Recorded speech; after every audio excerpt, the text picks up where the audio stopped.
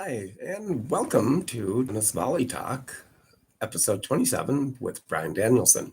Hey, today what I'm going to be doing is another over the interview with somebody that is from Oklahoma, where in Tulsa, where the roots of tennis began.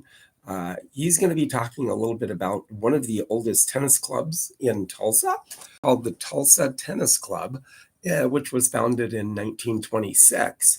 So it's going to be over the phone. I will let you listen to a little bit of it. I'll pause it, let you know where I was at during my tennis career. So let's get started and we'll see what happens and I'll let you know. Welcome back to Tennis Volley Talk. Today I'm going back again to my roots in Tulsa, Oklahoma. Today who I have is Larry Simmons, and he's a well-known tennis aficionado in Tulsa also. He also is involved with one of the oldest clubs, tennis clubs in Tulsa, Tulsa Tennis Club. And so here, get right into it. And hey, Larry, thank you for joining me on Tennis Volley Talk. Sure, good morning. So, yeah, basically the thing is that what I'm kind of, had you moved to Tulsa, or are you a Tulsa guy yourself? I'll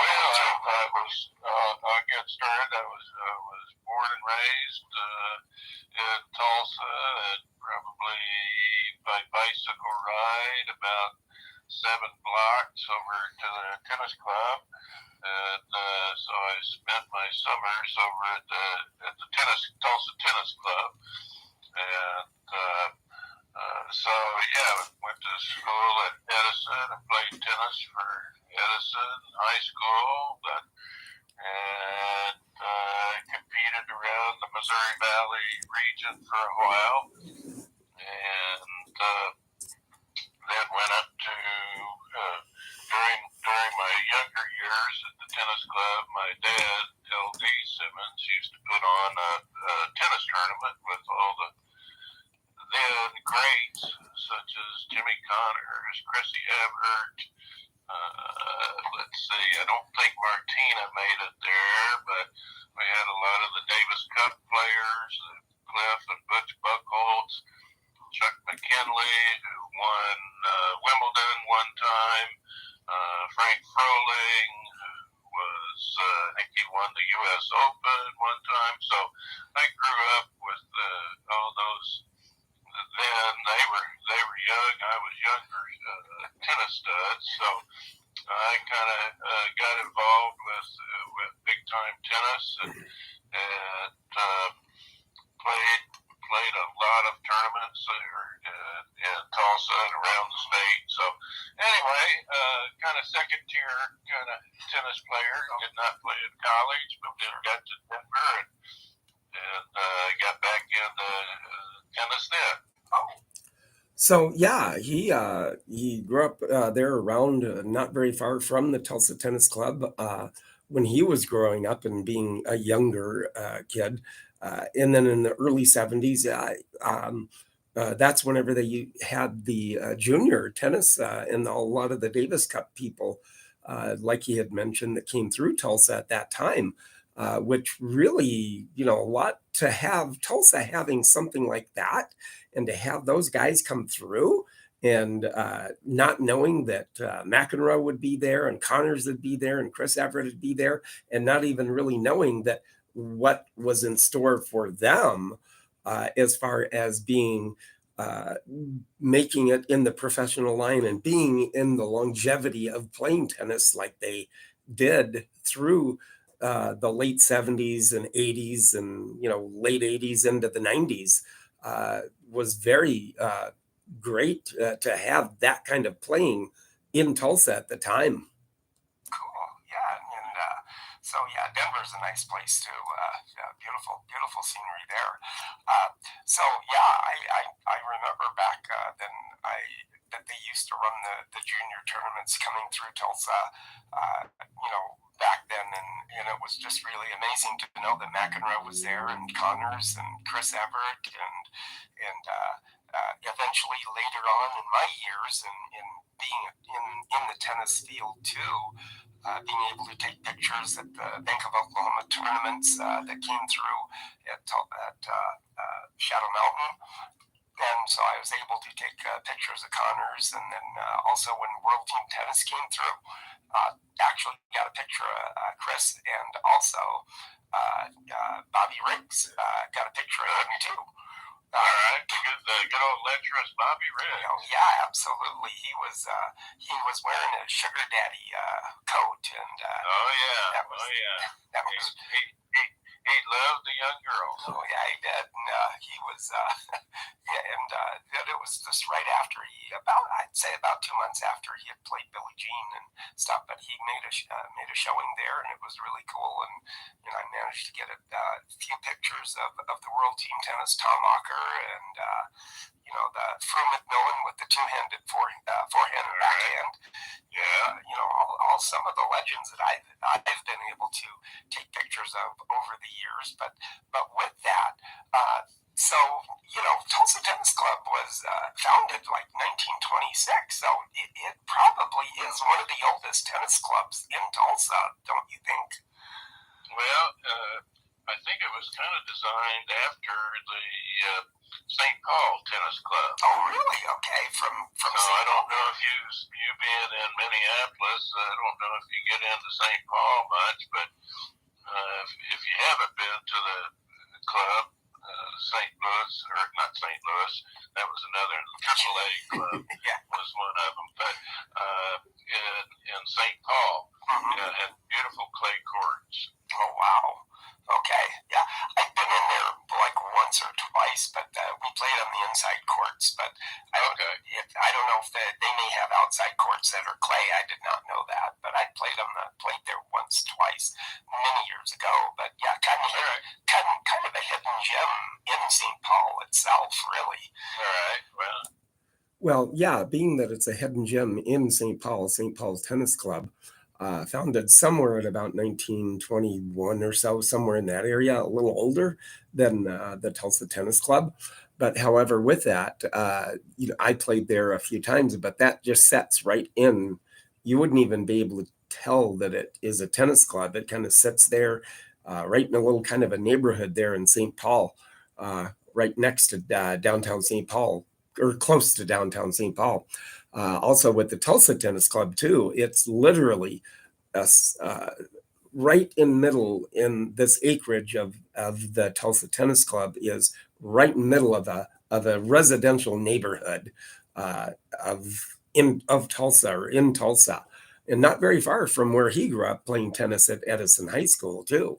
So, but yeah, that's just kind of a surprise and hidden gems that you wouldn't even figure where a tennis court would be, but they are there.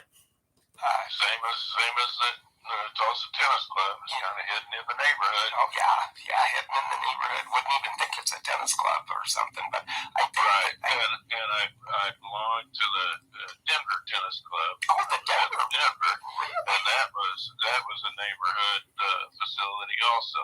It was. Oh my gosh, because I think I have a poster from let's see, Bill Tilden and Pancho Gonzalez back in the day, whenever they had an exhibition there at the Tulsa Denver, or the Denver Tennis Club, I think. And it was a big whopping 50 cents for the kids to go. Yeah. And if you wanted courtside seats, they were a whopping $2. Yeah. So, but I have a poster of that particular from the Denver Tennis Club. From that, and it's a couple of well-known names that you would know from back then. But that's really cool too, to be involved with the Denver Tennis Club and stuff.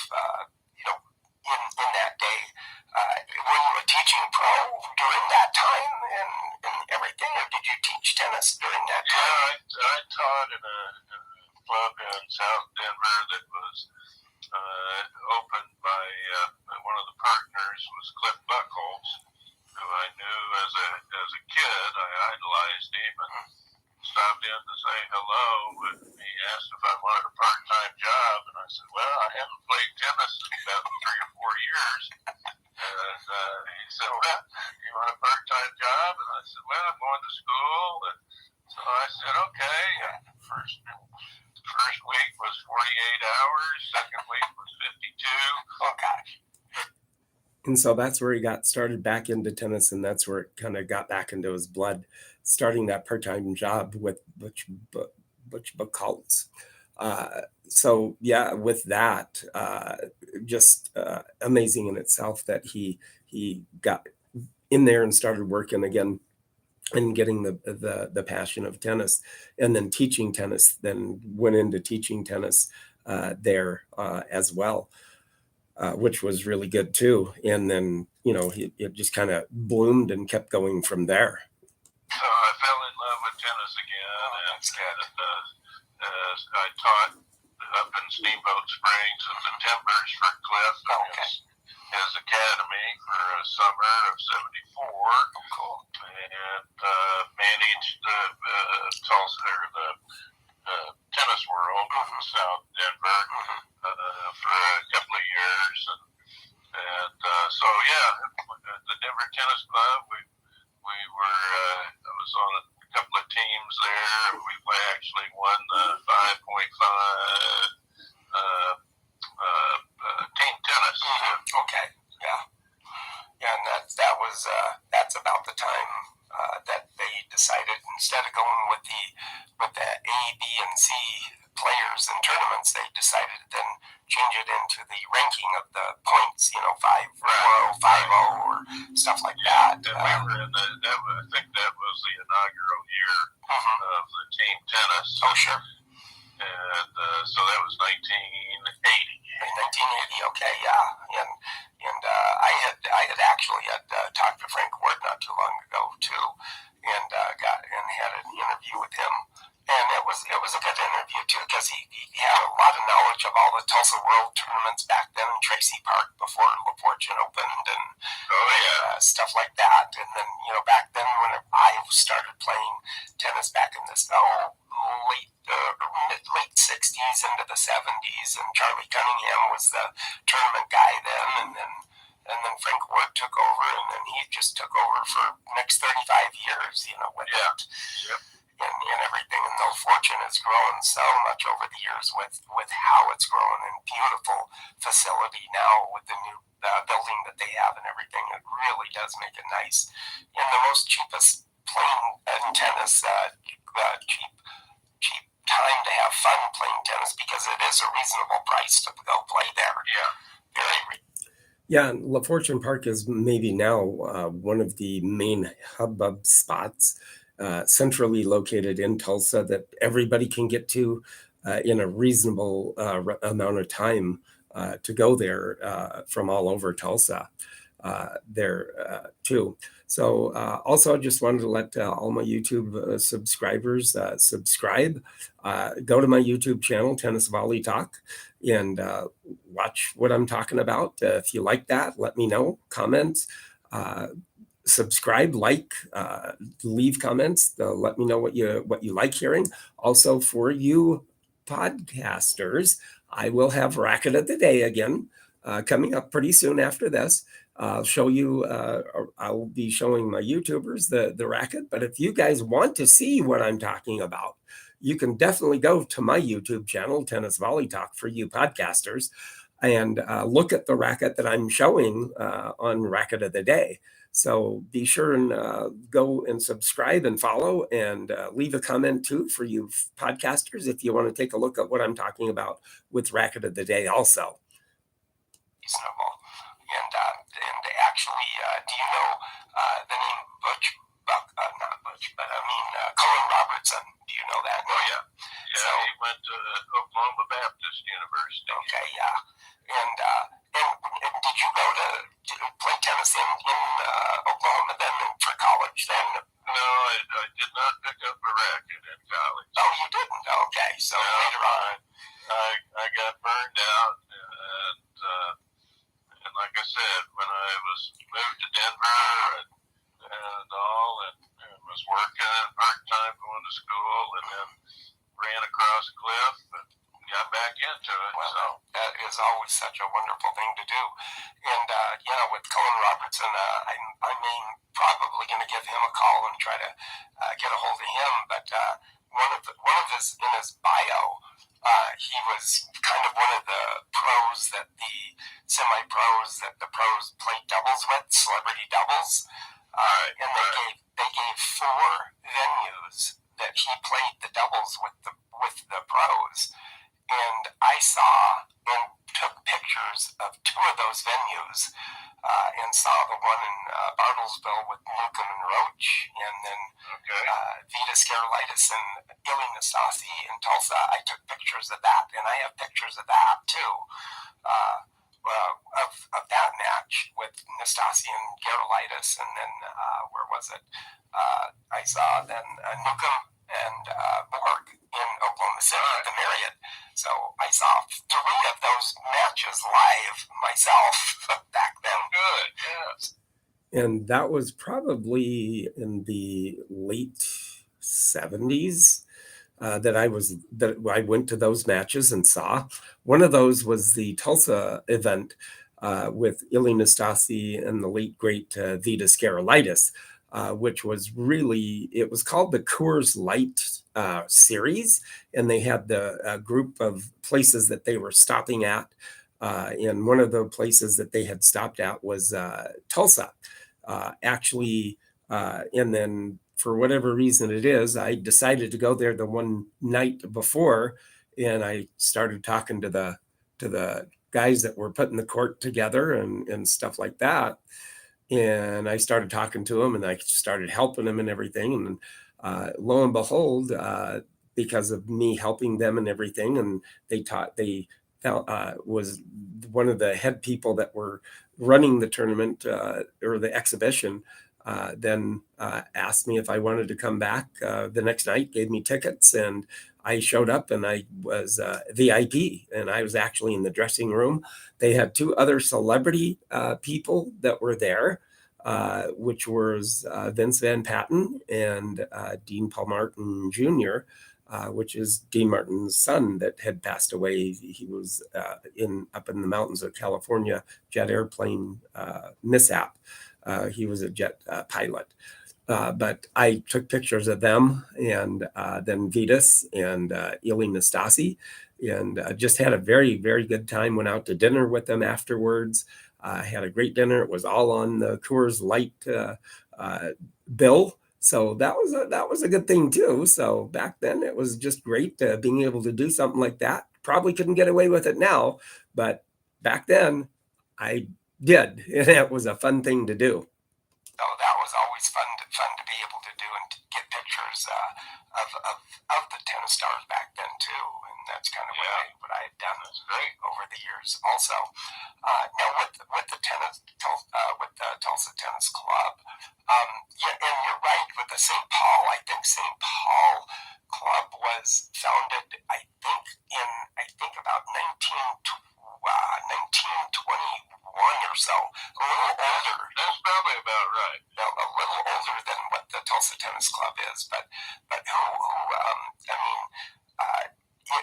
I'm sure that it has grown over the years and stuff. And back in 1926, that's even kind of before the World War I and II.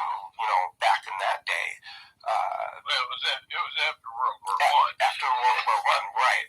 Or World War II that came along, but I'm sure that over the years it kind of went forgotten, and then came back in a full circle again with the courts. Yeah, it was tough. It was tough times there for a while. And my dad, LD, he pretty much kept the club alive financially.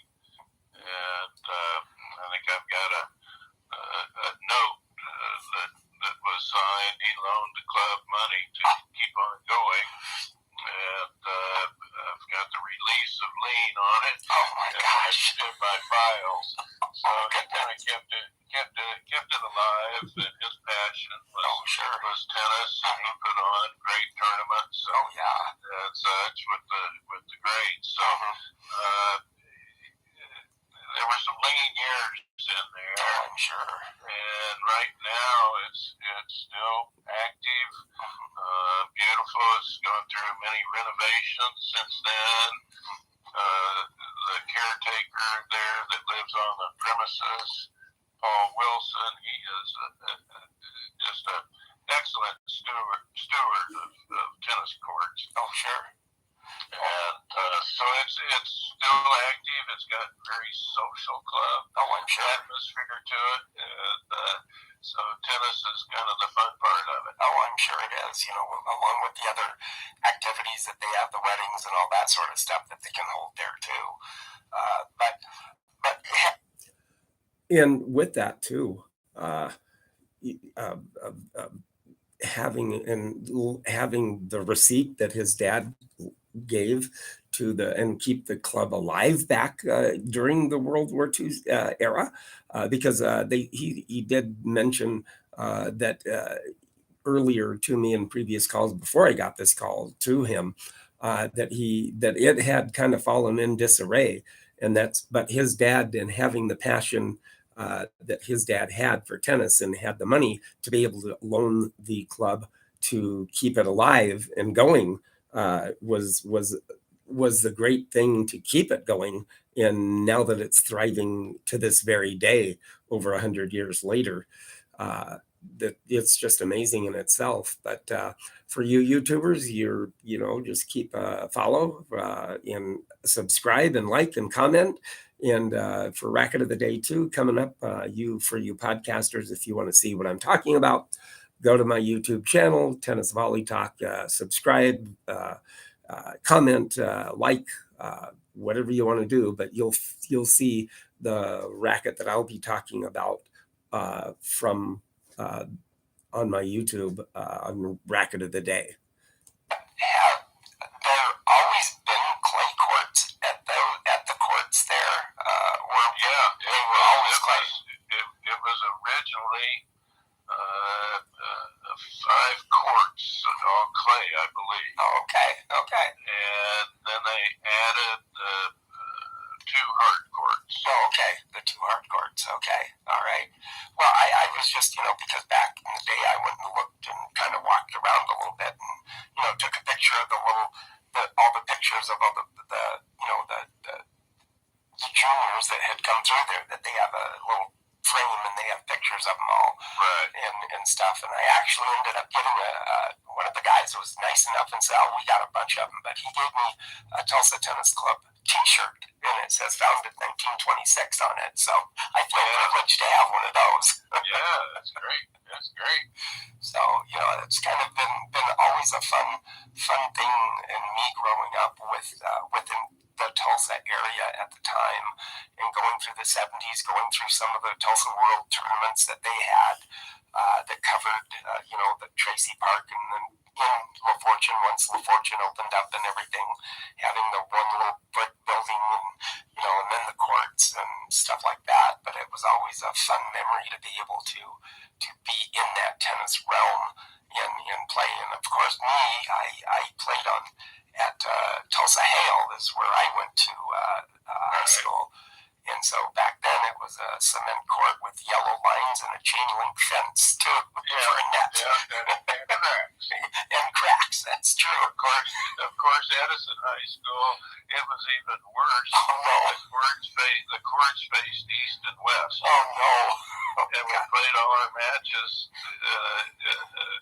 after school. So the sun is setting to the west. Oh my gosh, blinded by the sun in the setting sun. You couldn't see from one side. Oh my gosh. Almost have to underhand serve with that. Almost. Well, it depends. We got a little tricky, I will say that.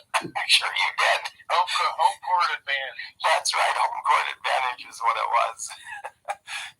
But yeah, I was, and surprisingly enough, I'm sure that you probably, as your younger youth too, came across, quote, the old guys at the court that you played with that kind of took you under their wing and started playing a little bit too, and all of that. That's what kind of happened with me. The old guys at the court at Hale, that I kind of took me under their wing, and then on any given Saturday, if you didn't get there, if somebody that didn't know anybody, they didn't get a court until 3 o'clock in the afternoon, to tell you the truth, because everybody would come in there and, oh yeah, hey, I'm leaving, come on in, fill in doubles, and everybody knew everybody, you know. All four courts were taken up with doubles with everybody, so that was fun times back then with the old guys at the court, though, when I was so young. But that was my formidable years in starting and playing tennis, and then that's what got me hooked in, and I've been playing ever since for 50 years now. Good deal. Good deal. Yeah, I know. It's a fun sport, and as much as you know, I played a guy yesterday. He's been kind of my nemesis, and he's 60 and a half, and I'm 67, so I have 6.5 years on him. So you know, I still play a pretty good game, but I just can't seem to put that third set together. It really is. It's every that's why they have 5-year divisions in tournaments. Yeah, that's true. And I remember one time at the Denver City Open, they had a 90 and over division. Oh my gosh! And so here's one of the guys. He's walking onto the court, and he's sitting down and he's putting a brace on his knee. Oh gosh! And his wife hollers from the gate and says, "Honey, you better put that on your injured knee. That's a good one." Oh well, I forgot. Got out there and they just dinked that ball back and forth until somebody couldn't make that extra step. Oh my gosh, that is amazing. That is really something. Yeah, they don't hit it hard, but boy, they just keep getting it over until you just can't get to that one shot again. Oh my gosh, that is so amazing. And a lot of the tennis tournaments nowadays, and some of the smaller local tournaments, they do have the men's open A and B sometimes, and then they have the men 35, 45, 55, 65, 75 age group that you can play in if you're within a certain amount of a 10-year span. So yeah, you can play in the 65 or 60 to 65 range or whatever it is, or 65 to 70, you're playing with those guys or whatever. So, but that does make it a little bit more of a competitiveness with the older generation. But some of those guys still can play a mean game of tennis, and they can kick a lot of young kids all over the court.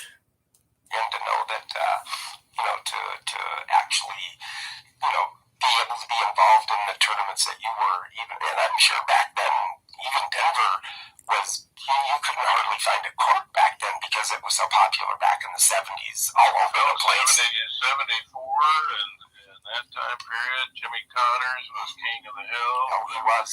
And such, and well, I mean, there was interest. Bjorn Borg and brought in the international flair to tennis. Oh, sure. Yeah, it was a booming thing for a couple of years. Oh, absolutely. The 80s came around, it kind of died out a little bit.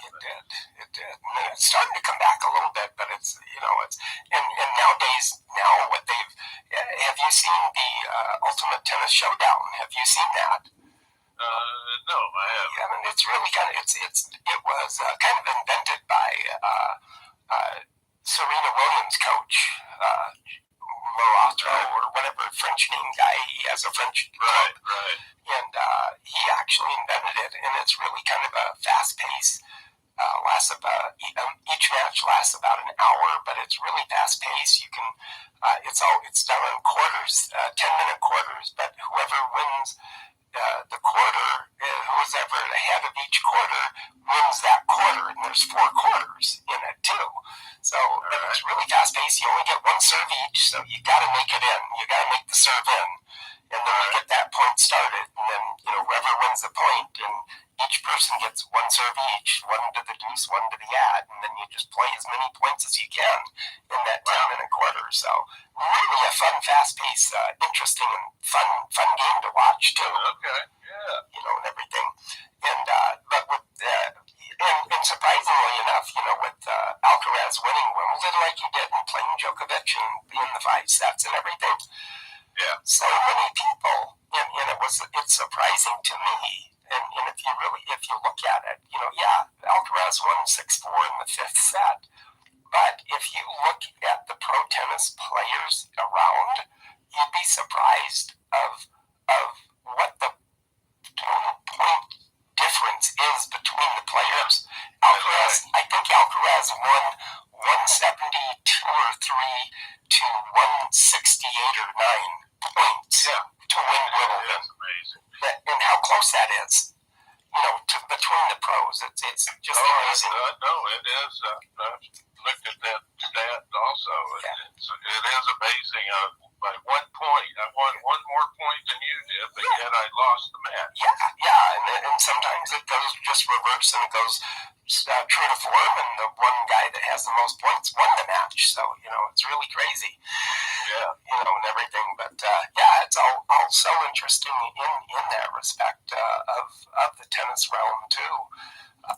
Yeah, and you'd be surprised if you really look at a lot of the tennis matches. Yeah, you may have 1 or 2 that happens that you win the match, but you didn't win as many points as the other guy, but you won the match.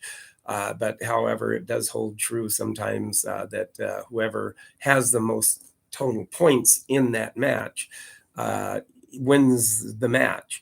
But however, those points are very, very close between the pros. Also, really no more than probably 5 or 6 points difference, even closer sometimes with those. But with you YouTubers, just be sure and subscribe to my channel, and leave a comment what you like. And for you podcasters out there, you're going to be seeing you'll be hearing about Racket of the Day. And so if you want to go see what I'm talking about, go to my YouTube channel at Tennis Volley Talk. Being able to be involved with the wonderful sport of tennis and being involved with what you were with the Tulsa Tennis Club and being, involved with that and growing up and going there and kind of going through everything that they've had and having your dad keep it alive, because of his passion with tennis also. Just wonderful thing to know and have that happen in Tulsa to keep that Tulsa Tennis Club alive and keep going and thriving now. Yeah, it's doing great. Mm-hmm. Oh, that's really good. But it's just wonderful in itself to know that there's still. And do you still play tennis then with some of the guys out there then too? Or? I do. I play a little bit at the tennis club. Okay. Primarily, I play at Racquet and Health 91. Okay. Well, it used to be until middle of June, and it's now Genesis Health Club. Oh, okay. And but I work part-time over there. Oh, good. Training facility for the U.S. Tennis Association. Oh, that is really cool. So we have probably about 20 some odd kids each year that end up with scholarships to universities. Oh, that is nice. Tennis scholarships. So let's see, they've got maybe a good dozen pros that are just busy as could be. Oh, wow. A couple hundred kids coming in and out of there every day. Have a homeschool program. Oh, that is wonderful. So it's hardcore tennis, and sure. And the kids are doing fitness also, and so it's well put together. Oh, I'm sure it is. Oh my gosh, that is wonderful. And then Frank Ward, he has a group of guys that are right over 60 and over. There's a good 30 of us. Oh my gosh. We play each week. Oh my goodness. We play with a different partner each week. Oh my goodness. Hour and a half. And most of these guys all play tournaments. Frank every once in a while will clear out his file cabinet, bring in tournament results from a tournament from a Tulsa World in 1987, and give it to one of the guys. Said, "Hey, here's a tournament you won back then." Oh my God, that is amazing. Frank Wirt has history that is unfathomable. Oh, I'm sure it is. I'm sure it is. And he actually has his own tennis court that he plays on there. It's amazing in itself. I really like that because one of the stories he told me was that he was up here in Minnesota and went to the and played the senior doubles or whatever it was on the University of Minnesota tennis courts, and the courts were the color that they were, that he could see the ball really good. So he went home and he had the same color put in his court. Kind of a dark maroon color. And that's the color that he went home and colored his court that because he can see the ball better. That's great. So yeah, that really kind of makes it a fun little tidbit of fact with that. Sure. And everything. And do you know if Cliff Price plays out there or not? Because I know Cliff. I haven't. Cliff, he had a retail store, Totally Tennis, and they shut down with COVID. Yeah. So he got out of the business then, and I think I've seen him once on the tennis court in the last 3 years. Oh, sure. Yeah. Well, I've known Cliff for like 35 years, so I got an interview with him too, which was really a wonderful interview too. Oh yeah, Cliff has got plenty of knowledge. Oh, he does, and it was so nice to gather that knowledge with what I had known him and everything. That was really good. That's I think one of my 10 and 11th episode, I think, on my YouTube. So, want to go to that, you can watch that too. So, but no, I so appreciate your knowledge that you were able to give me, and I'll put this on my YouTube, and then what I'll end up doing is pausing it and kind of let everybody know where I was and stuff. So it'll be my upcoming episode for this week. And all right. But I so if you would send me your link to that. Oh, okay. I can certainly do that. And I really so appreciate this, Larry. And I thoroughly enjoy and thank you for coming aboard and talking to me on Tennis Volley Talk with me. And I hope you have a continued good tennis career ahead of you still. Well, you're very welcome. I appreciate this, and hopefully we keep getting some good tennis ball winners put together. Sure. And next time, let's keep on trucking. Oh yeah, and next time in Tulsa, maybe I might have to just get a hold of you and maybe head out there and maybe have go hit some balls or something. Sounds great. All right. Well, thank you so much, Larry. You have a great day. Brian. All right. You have a great one too. Bye-bye.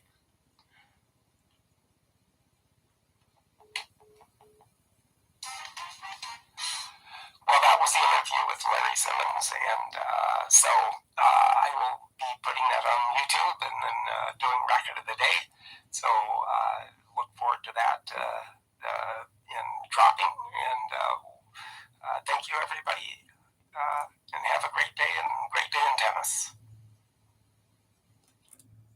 So that was it. It was very good and formidable and rich with the names of tennis players. But now, for you YouTubers, here's the racket of the day. It's actually an old Wilson racket made by Wilson Company. It's called the Valiant racket, the Valiant. It's a Jack Kramer endorsed Wilson racket. Now this racket, Jack Kramer also, he endorsed rackets in the early or mid 50s or 50s, 60s, and 70s. He was still endorsing the rackets. And this racket here is probably, I would say, in the early 60s, late 50s, early 60s racket that he was endorsing. In the 70s, they had a little bit more newer looking racket of a Jack Kramer, but still a very good condition racket. It is Speed Flex Fiber Face is what it is, by Wilson. Jack Kramer being the endorsed tennis pro on it. These and there's a distinct, definite between the ages of the rackets that he endorsed through the years, in the 30 or 40s and 50s and 60s and 70s, there's a definite difference of the look of the racket here. But now you podcasters, if you want to see what I'm talking about, be sure and go to my YouTube channel, Tennis Volley Talk, and you'll be able to see what I'm talking about with this racket of the day, the Jack Kramer Wilson, endorsed by Jack Kramer from in the late 50s, 60s is when this racket probably was in and around being played with in that respect.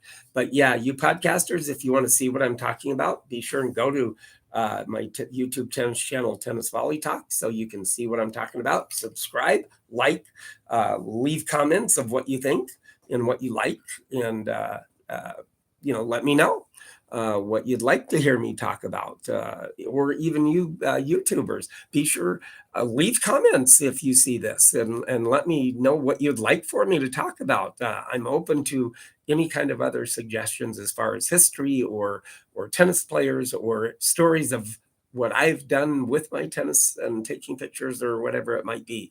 So get out there and have a good week, and keep on playing, and enjoy the nice weather wherever you are, and keep up with the tennis through the weekend, all the way through the summer circuit and playing.